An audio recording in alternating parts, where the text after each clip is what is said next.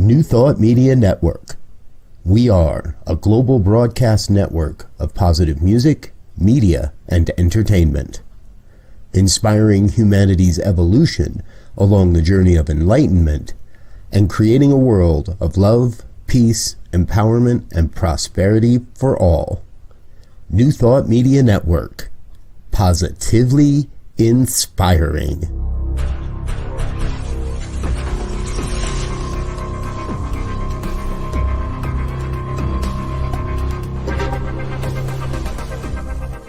Live from a secure concrete bunker somewhere in Ohio, New Thought Media Network presents Pastor Michael Mangus with Friday's Fireside Chat, spiritual conversation for today. Here he is from the secret radio room, surrounded by thousands of watts, Pastor Michael Mangus.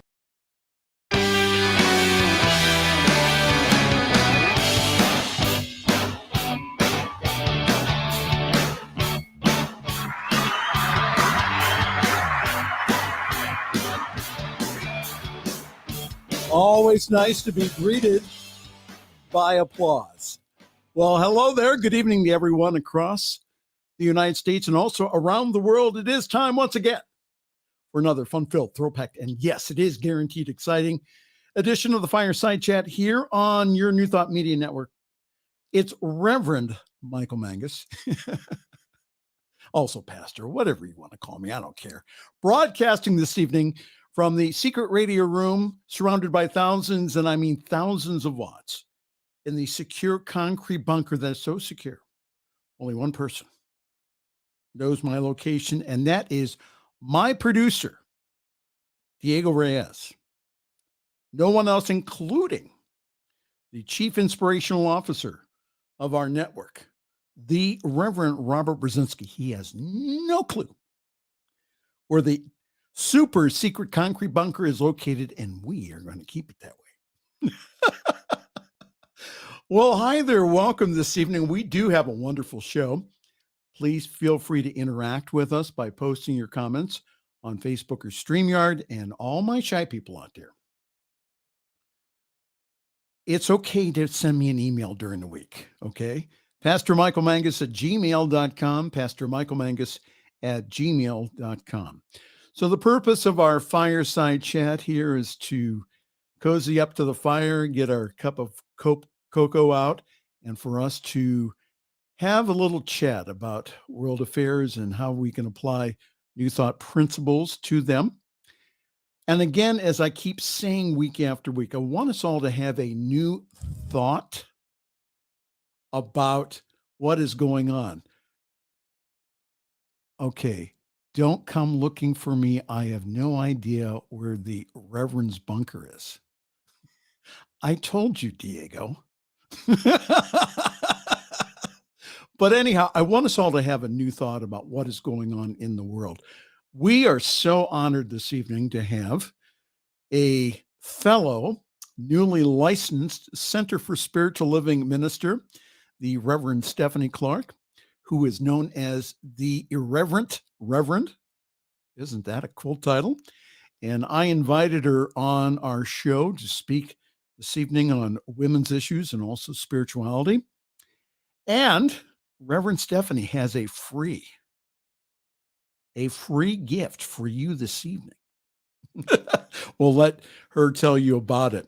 So Reverend Stephanie Clarke, I was so impressed by her passion about when she spoke on women's issues during our launch week. That's the week that all the newly licensed ministers have to go through in Centers for Spiritual Living. So in just a few moments, we'll have Reverend Stephanie Clarke here on the New Thought Media Network. So now look at the news from CNN from the United Kingdom. After a disastrous 6-week tenure, Liz Truss announced her resignation as Britain's Prime Minister on Thursday, making her the UK's shortest serving Prime Minister ever. When Truss ascended to the top job, her economic policy proposals caused the British pound to sink on markets to its lowest level against the US dollar in decades. That's on the Forex market. The turmoil caused the government bond prices to soar and negatively impact people's pension funds. When you start messing with the retirees' pension funds, they get a little upset. The rise in interest rates also forced up mortgage repayments when lenders scrambling to pull their products from the market, dashing hopes of prospective home buyers almost overnight in the UK.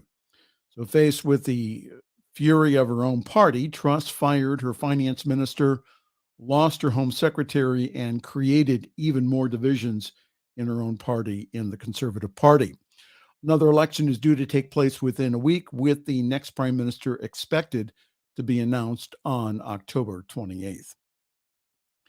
From the UK, the EU and the UK have also separately announced new sanctions on Iran, which denies supplying Russia with drones used to carry out deadly attacks in the Ukraine this week. So what happened is that Russia went ahead and purchased from Iran these kamikaze drones that, again, you point them in a certain direction and then they go ahead and then they crash into buildings. Iran has repeatedly said that it has not been involved with providing kamikaze drones to Russia, despite the mounting evidence to the contrary. Again, when you have pictures of them in the sky and you can identify them, again, that's the reason why they can't get away with it here. So on Thursday, the White House said Iranian military personnel have visited Crimea to assist with Russian operations targeting civilian infrastructure in the Ukraine using drones. John Kirby, who is the communications director at the National Security Council here in the U.S., said that the presence of Iranian personnel was evident of Tehran's direct engagement in the conflict. They can lie to the world, he said, but they certainly can't hide from the facts. All right, so with all of this news, what can we do as New Thought practitioners and students? Well, no matter what is going on the outside, we can know peace and divine order instead of this. Again, no matter what the outer conditions are, we can take the high watch and we can know peace instead of whatever is happening on the outside. Our prayers this evening are with the nation of Ukraine, as well as our CSL practitioners and ministers who are there in that country. And we know for peace not only for all the troubled areas of the world, we also know for peace and justice here in the United States. And because of our oneness, our individual consciousness, our individualized consciousness in the one does make a difference. All right. Of course, this evening, we have Diego's favorite story, COVID-19.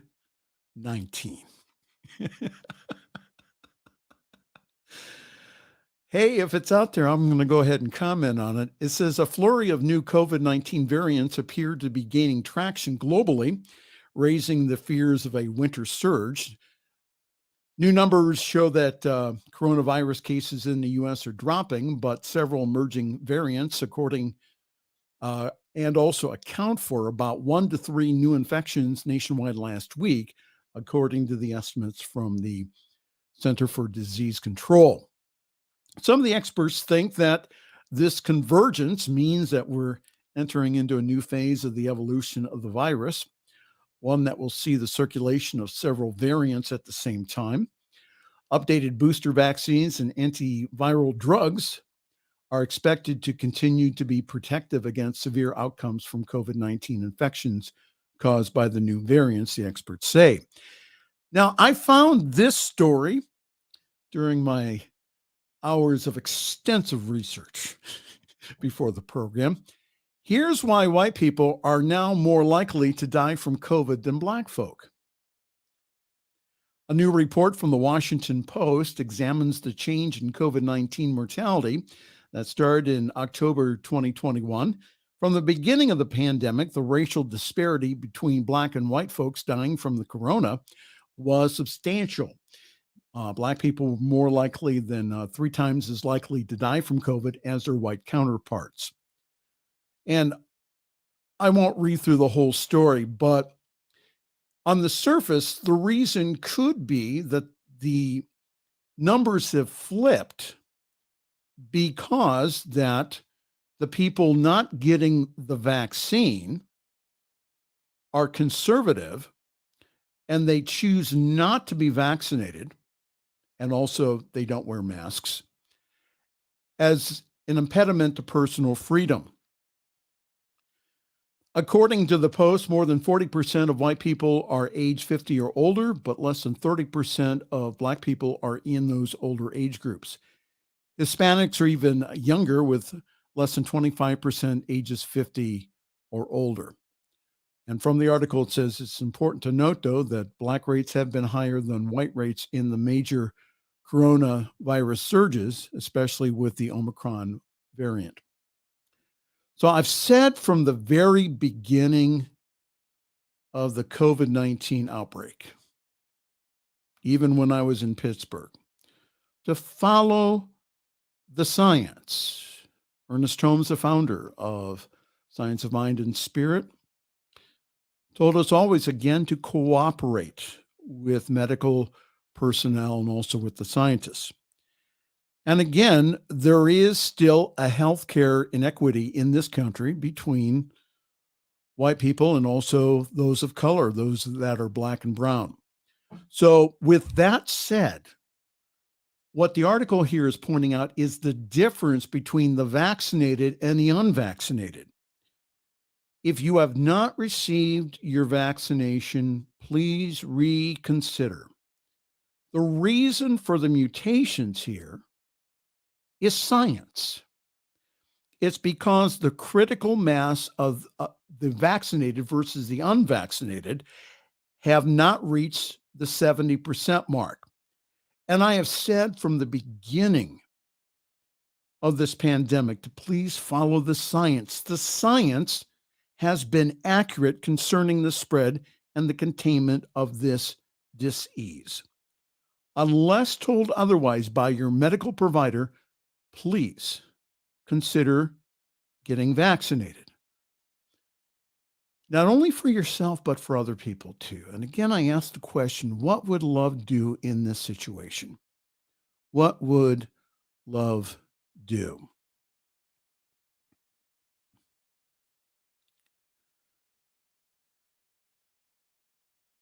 Also, the Supreme Court has denied an attempt to block President Joe Biden's student loan forgiveness plan from taking effect. Justice Amy Coney Barrett declined to take up an appeal that was brought by Wisconsin taxpayers groups that argued that Biden doesn't have the legal authority to implement the program. In the court filings, the lawyers for the group argued that the program would be a staggering blow to the U.S. Treasury and also to taxpayers. The Independent Congressional Budget Office has estimated that Biden's program could cost $400 billion. The Biden administration, meanwhile, argues that Congress gave the Secretary of Education the power to discharge debt in a 2003 law known as the HEROES Act, worth up to $20,000 per eligible borrower, and that could begin on Sunday. I ask lovingly again here, in our Judeo-Christian tradition, which permeates this country of the U.S., again, everything that I read says to forgive. Isn't there a year of Jubilee from the Jewish tradition that says to forgive all debt and to return all property to the previous owner? Finally, in the news, the midterm elections are coming up here in November. Are you registered to vote? And are you going to? Medicine and politics collide as Michigan voters weigh the right to abortion. And again, I won't go through the whole story, but the fight over abortion is stemming towards a political resolution across Michigan as activists, also policymakers and politicians provide and would-be patients eye the November 8th election. Voters will decide on Proposition 3, which approved, would install protections for a woman's right to have an abortion in the Michigan Constitution. Meanwhile, the state abortions providers continue to see patients amid the confusion on what would be legal in Michigan. At the full-service Planned Parenthood clinic in a bustling shopping mall in Lansing, staffers still see a steady stream of women seeking services, and that is at a busy corner in front of the clinic parking lot. A continual flow of anti-abortion protesters still show up holding signs, just as they have since this location opened decades ago.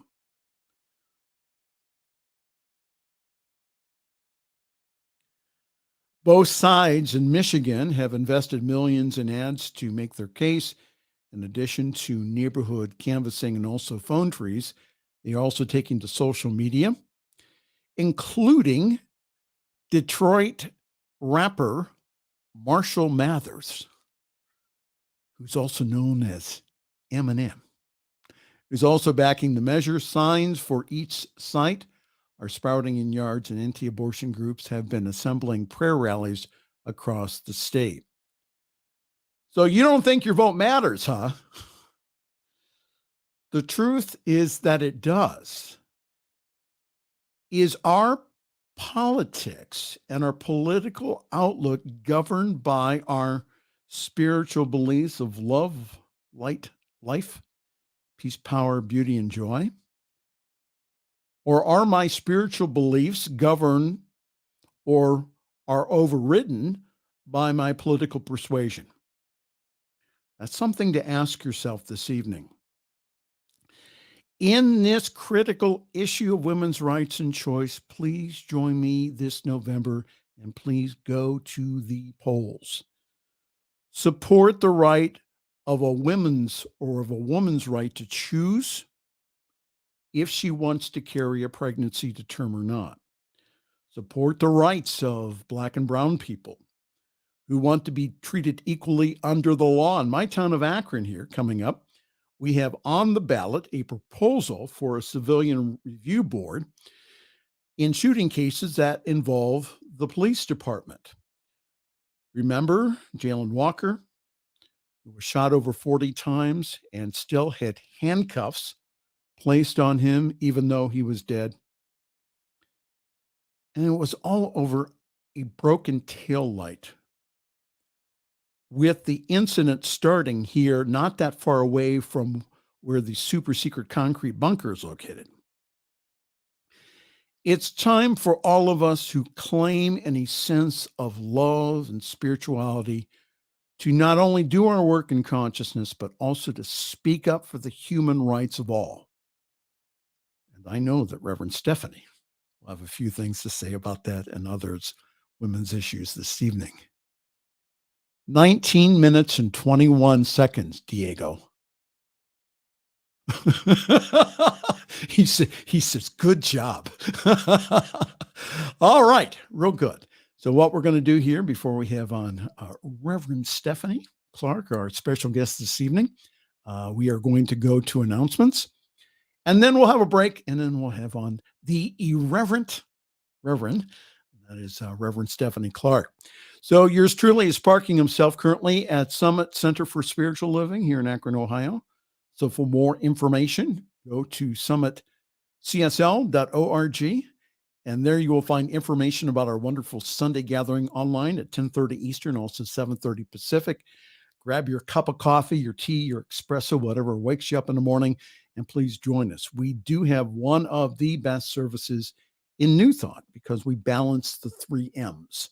And that's music, message, and also meditation. This Sunday, we will have our own Reverend Michael Mangus speaking on rewiring your brain through rewiring your story. Thank you. No, my studio audience is not paid. Go to summitcsl.org for more information on how to join our Zoom call. Our service is also simulcast on the Summit Spiritual Center of Akron's Facebook page. And our Facebook page also has past broadcasts of the Fireside Chat. And yours truly, we's doing prayer here on the New Thought Media Network. So much to announce to you about our network, I don't even have time. We would be here past midnight, my time. And I really would like at 9 o'clock, my time, to go and eat. So we'll keep the announcements short from the network. Just go to ntmedia.org. Look at all that programming there. Oh, my goodness.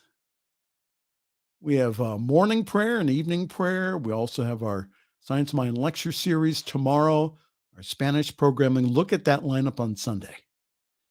You can go to services from the East Coast to West Coast without even leaving your home. Look at that. And it's all made possible because of your loving donation, because you partner with this network. This network is making a difference to individuals around the world. So, we say again that you partner with us to take this powerful New Thought message to the world. And you can do that by going to ntmedia.org/donate. And there you can give a very, very generous one-time gift, or you can also do like I do and become a monthly partner. Our sustaining donors make a big difference in us being able to set budgets and also be able to pay salaries and other things that we need to do here on this network. So again, if you are donating, again, thank you so very, very much. Please consider if you're not, though, because again, we are doing powerful work. We have doors that open to us every single day. So again, let us go through those doors. ntmedia.org/donate. And again, thank you so very much. Time for a break, and then we'll be right back with Reverend Stephanie Clarke. This is the Friday Evening Fireside Chat here on your New Thought Media Network.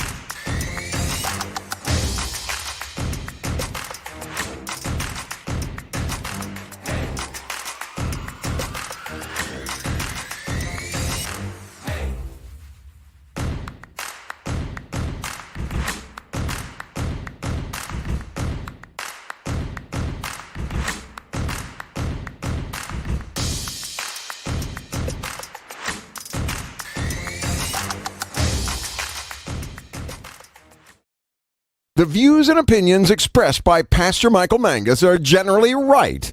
However, they are his own and do not reflect the views and opinions of New Thought Media Network, Centers for Spiritual Living, or any other person living or dead.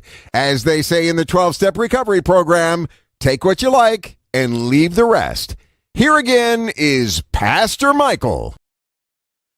When we were doing Launch Week, I was very impressed by our guest this evening. Reverend Stephanie Clarke is known as the Irreverent Reverend because she loves to expose the religious and cultural taboos around God, sex, and death.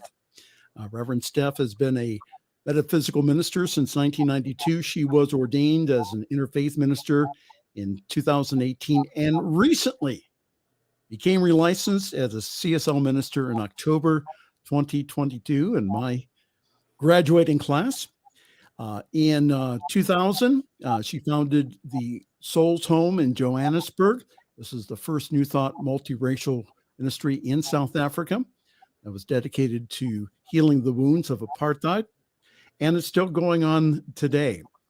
Also, God and Sex was a provocative title of Reverend Steph's talk at the New Thought Conference in Johannesburg in August of 2017, Birthing the Divine Feminine, from his story to her story, with keynote speakers being the Reverend Dr. Michael Beckwith and also Lisa Nichols of the Secret fame. Reverend Steph has written 3 books. Her latest one is called The Sex Goddess, Debunking the Mythology of God and Sex, as well as being a speaker and also an author. Reverend Steph is also a sacred ceremony facilitator and also a law of attraction life coach. Her coaching focuses on soul mating, helping single professionals over the age of 35 to attract their ideal spiritual and sexual partner. And Reverend Stephanie currently lives in Oregon with her soulmate, Reverend Jim Hatton, who she met at the Great Pyramid of Egypt in 2019. That in and of itself is probably an interesting New Thought Media Network, and also to the Friday evening Fireside Chat. How are you doing this evening? I'm very well. Thank you so much for having me on the show, Michael. Oh, you're welcome. So please tell us a little bit about your background. I'm really curious why a nice British girl like you became the founder and director of a first multiracial New Thought ministry in a post-apartheid South Africa. I was born in Britain, as you can hear from my accent, and I was someone who was very much against apartheid. As I grew up and became politicized, I couldn't even believe that in this day and age that a country was in the grip of apartheid. My aunt emigrated there, and then my mom went to visit her. And I was living in Holland. I was living with a drug dealer and trying to be a hippie. And I decided that I'd go visit my mother in South Africa. And I thought, I'm just going to go for 2 months. I'm going to check it out. And then I'm going to go back to Europe, and I'll never go to South Africa again because it's despicable what's happening there. And with my white face, I don't want to be part of the problem. So I got to South Africa, December 85. And on the first night there, I sat and did a meditation. I had a really bad headache. And I thought, if I meditate, I'll be able to get some relief. And we were going through a really powerful electric thunderstorm where God speaks from the clouds in the form of a lightning bolt. And I heard a quiet voice inside me saying, I've brought you here, and now it's time to get on with the work. Wow. And I didn't know what that meant.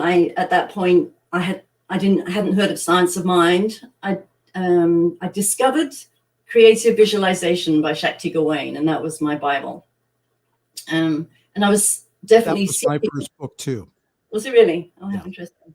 We have so much in common. It's wonderful to get to know you better.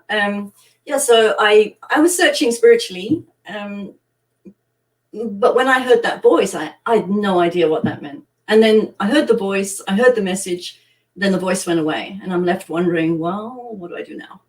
Anyway, within a couple of weeks, I found the Science of Mind Center in Johannesburg.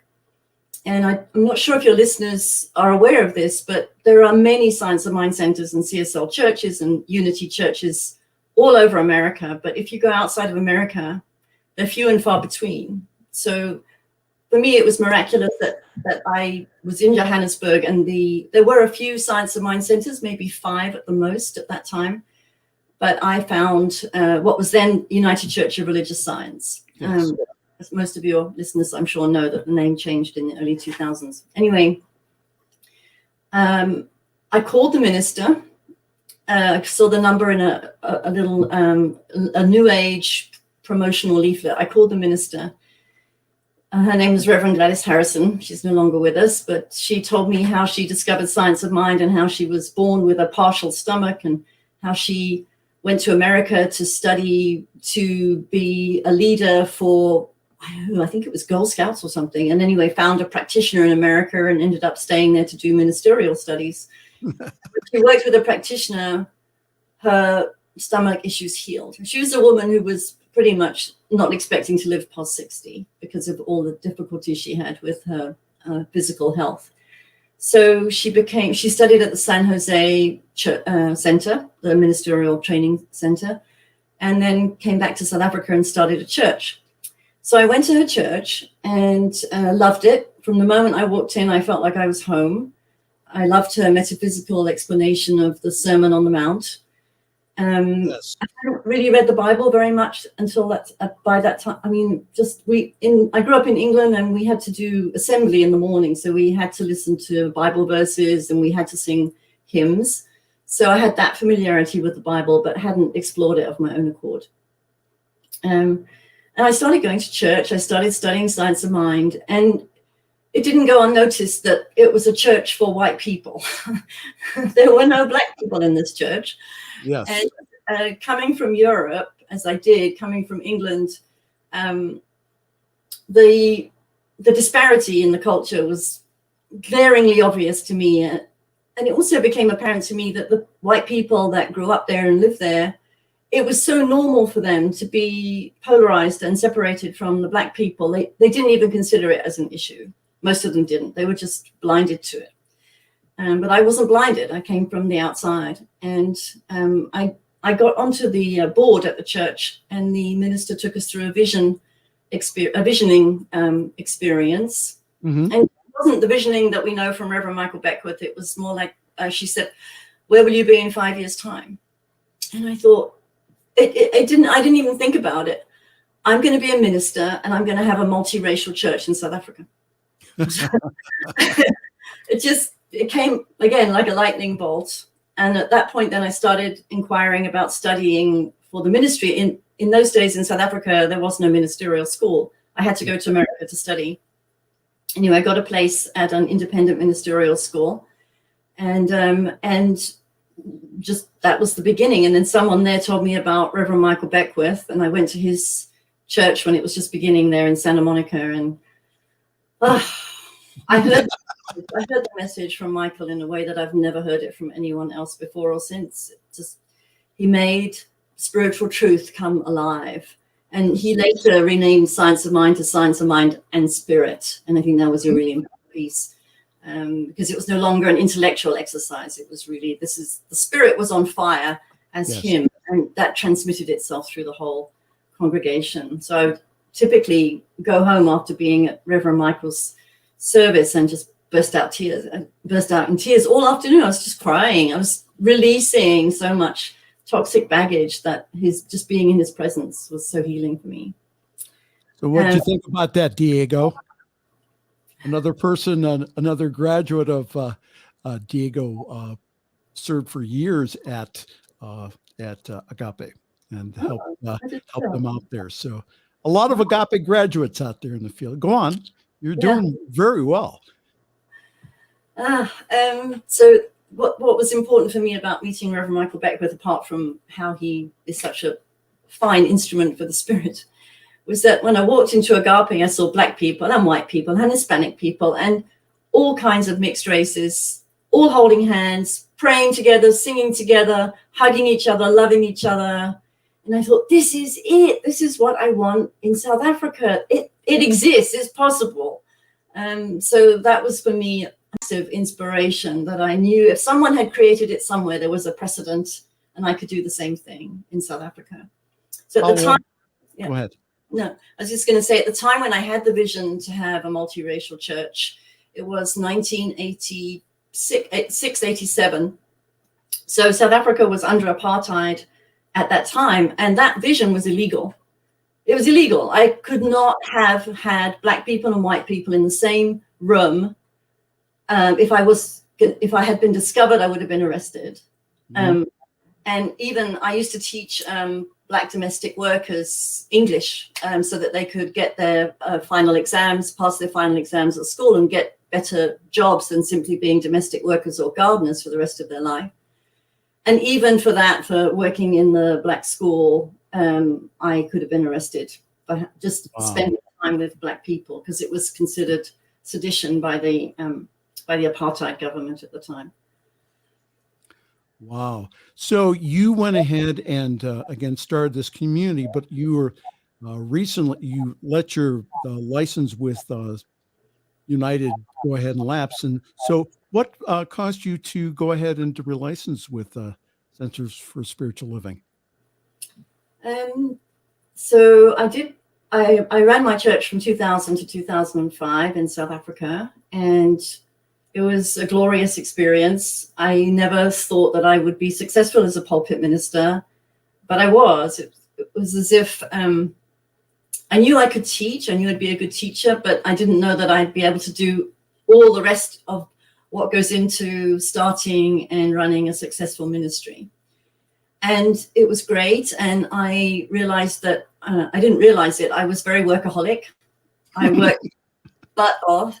Yes. And with love and joy, but I was probably only getting 5 or 6 hours sleep a night. And I was really heading towards my own destruction. I really burnt out and didn't have a lot of resources around me that I felt I could pull on. Can you imagine we didn't have Skype in those days?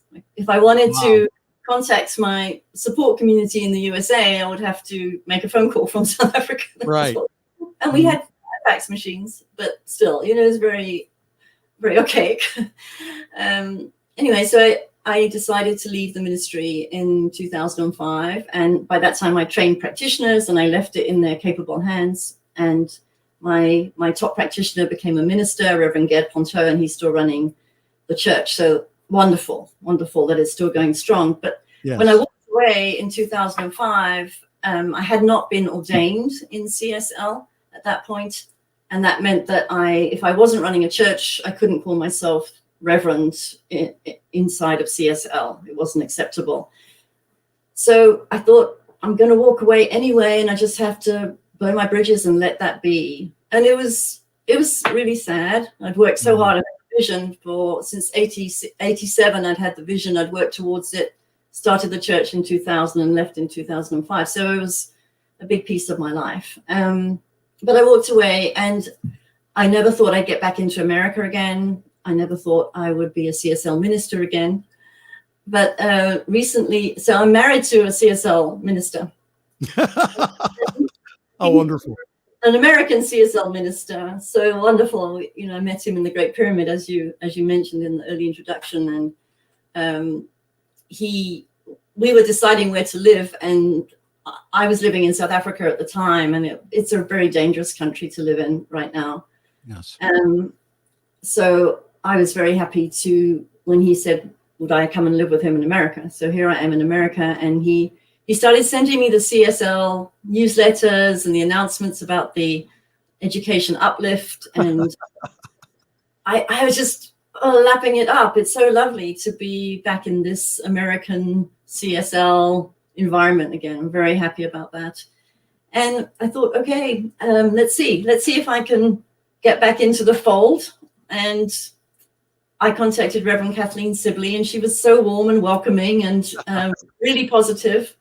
And I got references, and here we are. I mean, it just actually was very harmonious and very smooth and didn't take very long. And I love it that it's, I just love it. I'm so happy to be back. Reverend.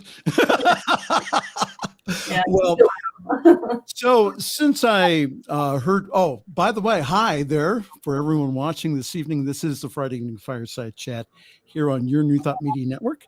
This is Reverend Michael Mangus with Reverend Stephanie Clarke this evening. And we're talking about racism, and also we're talking about women's issues. When I heard you speak before our panel about your passion for working for and with women, it seems like you have shifted your focus as a spiritual leader from racism to sexism.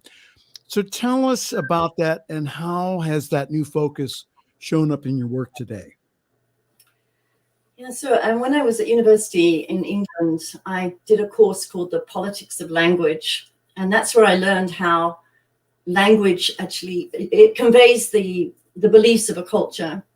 And in the newspapers, it conveys the belief of the dominant culture. So whoever's writing the newspaper, it's their beliefs that are going to be conveyed in that newspaper. Yes. You can hear me. I'm aging myself here. Who reads the newspaper these days? I do, but it's not. It's on my tablet though. But exactly. Yeah. For all of our younger people, we used to get our news. They used to deliver it to our house on paper. Not anymore. Go ahead. I don't ever believe that, Michael. Yeah. So in the course, we studied the language of racism and the language of sexism. And I think that course really prepared me for the rest of my life. And I realized these are the two big battles that are mine in this lifetime. And I did my best to counteract racism in South Africa. And I know that what got created through and as me is still anchoring the consciousness of love. Yes. So when you walk into my church in South Africa, it really doesn't matter what the skin color is. And when you're out on the street, it determines everything. Yes. That's the schizophrenic nature of South Africa. And now, so since studying with this teacher at university and also reading The Female Eunuch by Germaine Greer, that's when I got really politicized as a feminist. And so my feminism has never left me. And when I was speaking on stage in 2017 with Reverend Michael Beckwith about the birth of the divine feminine, and my topic was God and sex. Mm-hmm. And curiosity had always been, how come we have a male God in the sky? Why does God have the pronoun he? And I could never relate to this male God in the sky. And I know in Science of Mind, Ernest Holmes would always say, come up with a concept of God that works for you, that you can relate to, which is wonderful and very liberating, except I was really stuck in that old concept of God. It was so well conditioned into my cells, it was really hard for me to move away from that and develop something that I could believe in that was equally or even more substantial than this male God that I had grown up to believe in. And I wasn't even brought up in a religious household. Just the cultural conditioning alone was enough. Yes. And so I started exploring how did this happen? How did it happen that God has become a male? And then in my research, I found out about the goddess religions and how the goddess religions were taken over by warring tribes from Russia, interestingly, from the Georgia area of Russia. And this was about 5,000 years ago. Mm-hmm. And the male version of gods began to infiltrate amongst the peoples who worshipped the goddess, the pagan peoples who worshipped the goddess. And they worshipped many gods, as I'm sure you know that but they had a female goddess in the heavens. And when the ancient pagan peoples in the ancient Near East visualized the birthing process, they imagined the female goddess with her male consort in the heavens. Yes. Because they understood that they required a female and a male on earth. Mm-hmm. Typically, when the male and female divine beings produced children, they produced a male and a female child. I mean, how interesting is that there was balance in the heavens and there was balance on earth. Anyway, so I did the research. I did my presentation at the 2017 conference. And then there was a rush to the book table. We want the book on God and sex. And I hadn't written it. So I spent the next year writing it, putting all my research together. And I know Diego will probably plug the book. There you go. There you go. Yeah, put it more in the screen, Reverend Stephanie, if you could. Yeah. Yeah, a little up. The sex the sex goddess. Okay, real good. How wonderful. That's available on Amazon, by the way. You can go get that tonight. So yeah.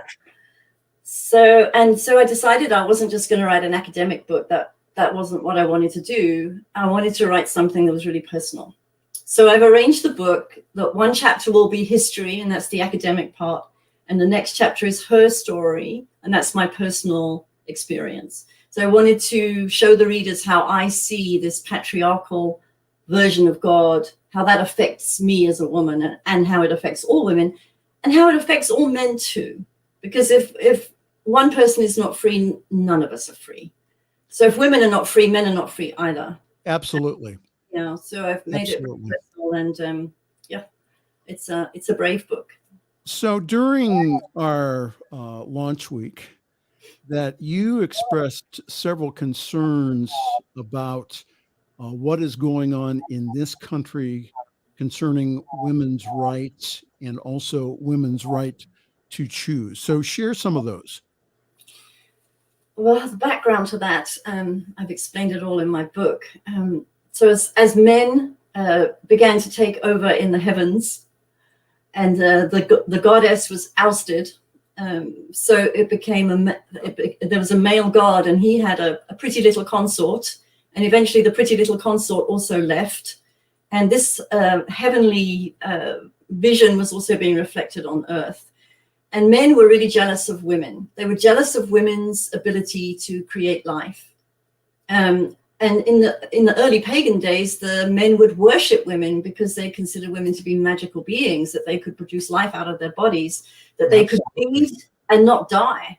That was a very critical quality that women had as far as men were concerned. Mm-hmm. And so more and more, as men began to take over power in the societies, they wanted the power that women had. They wanted to control that. They wanted the power of life. They wanted the power to create life, which is why you see that the male god created Adam purely out of jealousy for women's ability to carry life and bear life. And then Eve's created out of Adam, out of a spare rib. I mean, what a load of rubbish. It's a load of rubbish. But if you tell a story often enough, it'll be believed. Yeah, right. Which is what we preach in New Thought, that if you can give yourself a new thought often enough, you can change your circumstances completely. It doesn't matter what you believed before. Once you believe and repeat and know and understand and are convinced of the truth, everything shifts. Right. So I'm just giving you some background here, because I think this is where the whole abortion issue extends back to this desire of men to be the ones who can give birth, who can bring life into the world, because that is the ultimate power. And if they can't do that, what are they going to do? They're going to control the beings who can bring life into the world. So women's bodies, their sexuality, their reproduction has been controlled by men for the last 5,000 years. Yes. And what we see now in the debate about the abortion, the rights of a woman to choose what she's going to do with her body in sex, in terms of contraception, in terms of releasing a fetus that she doesn't want to bring to full term and doesn't want to be solely responsible for in most cases. That's the today's expression of what happened 5,000 years ago, and it's tragic. It's tragic because we went so far to get abortion available for women in this country, and to then take that right away, to me, it's a backward step. And I appreciate you, Michael, for always looking at what's the spiritual truth behind this. Yes. How can we look at this? Because as a woman, I see it as a backward step. But if I continue to see it as a backward step, I'm not helping the situation. Well, you have you're all my women friends have their back by me. I mean, I just think that the men also need to step up here and to support the women. Again, that a lot of this patriarchy, it wasn't that way. It was, again, the women who were the priestess at the temples. Well, again, we worshiped a female god, and again, things got all messed up. Boy, we're almost out of time. We may have to have you back here. So as we're gearing up for Halloween, I think this will also get into this. Can you tell us about the origins of witchcraft and why witches are typically associated with black magic and evil? Go ahead. So I've got probably 5 minutes on this. All right. That's fine. So the witches, we do associate women witches with evil. And this goes back to the Adam and Eve story, where Eve was blamed for Adam's fall from grace. And so before the Adam and Eve story was even written, as the men began to take over in the society and occupy the temples where once the priestesses had worked, the male priests would persecute the women and tell them, you can't practice your rituals, you can't sing your hymns, you can't say your prayers, otherwise you'll be put to death. Yes. So the women would go out to the forest and practice in secret. And that's why witches are associated now with the dark woods at night and doing stuff in secret. But the male press about women was that these women are evil. But this is all about, Eve and Mary Magdalene damning women who have sexual power. That's what it's about. Yes. So I consider myself an incarnation or reincarnation of an ancient priestess. And it just so happens in this lifetime, I take the title Rev as a spiritual leader, but I consider myself a witch. And I'm not evil. My work in the world is for good, doing my best to shift my own consciousness in the direction of oneness and wholeness and love and well-being for all. And I'm going to now put my hat on. Diego was saying, when is she going to put the hat on? Isn't that cool? Isn't that a cool hat? I love my hat. I feel very me in my hat. Yeah. Part of my work is to lift that taboo around women who have spiritual power so that they are supported to bring that power into the world, because that's what the world needs, isn't it? The healing power of love. Oh, absolutely. And again, and I agree with you about the whole idea of a concept of God. I remember when I was working with women who were anorexic and bulimic, that to get them to come to an understanding of God, it's, a lot of them had been abused. How can you get them to understand a male God? So that's where, again, the concept from the 12-step program of, create a God of your own understanding. Mm-hmm. And it's okay to call God she, the goddess, and understand that goddess power is within you. Exactly. That goddess power is within you. So that's the whole purpose of education, is to draw forth. That's the word, educate. Just draw forth from you those wonderful talents and abilities. So yes, and I agree with you. If you oppress women, if you oppress any minority, again, everyone is oppressed. Everyone in society suffers. So, man, there's so many questions, and we only have a few more minutes here. Can I finish with some affirmations, Michael? That work? Yeah, no, it's just there's your book. Go on to Amazon. She also has several other books. So just look up on Amazon, Reverend Stephanie Clarke, and you'll have that's her latest book. So what is your latest ministry? What are you going to, you said you were going to do a focus ministry. So what will the focus ministry consist of, and where will your work be in the world? Well, I wish I could give you real good clarity about that, but right now I can't. I do want to teach again. That's really the main reason for being in Science of Mind. And I want to do global work. I want to really do my part in making Science of Mind a global organization. It is already global. I want it more so, much more so. And I do want to work with women around the world and healing what we've been talking about through this show, healing the bias and healing the disempowerment and allowing women to rise up in the divine feminine. So we only have a few more minutes here. So what are your solutions for the healing of sexuality, for the upliftment of people and also the planet? For me, Michael, language is probably the most important thing. If you change your language, change your thinking, change your language, you change your life. So you and I have the power to change our own language and how we speak about each other. We can drop all of the sexist jokes from our language. Absolutely. We can start, I feel my job is to rewrite the Science of Mind textbook and make sure that the pronouns are gender neutral. Don't need to have it be she, but let's not have it be he the whole way through. And I don't want to exclude people in the LGBTQ community either. It needs to be an inclusive teaching, and that starts with language as far as I'm concerned. There are things that we can do socially to make abortion safe and affordable or free for women who want to do that and need to go through that.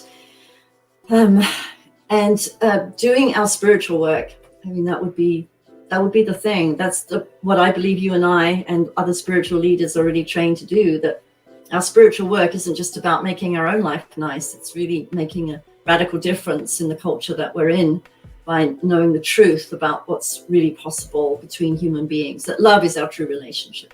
So any appearance of polarization or separation, divisive, all of that is not the truth of being. And so, yeah, that would be where we can really be strong and pioneers in the change.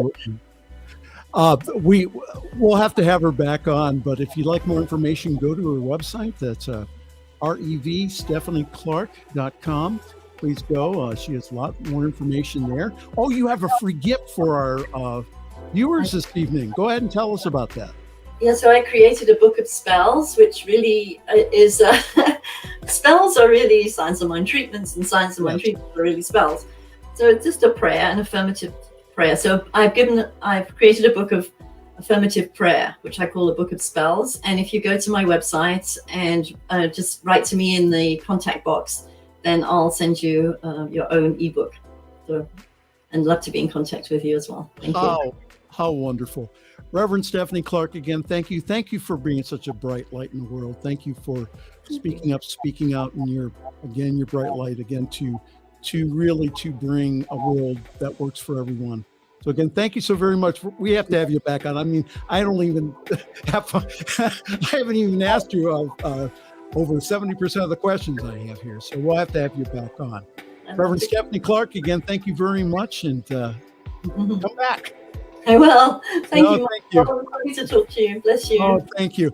So again, if you'd like a book of spells, go to RevStephanieClarke.com, and she will send you an absolutely free book. That's right, just for you.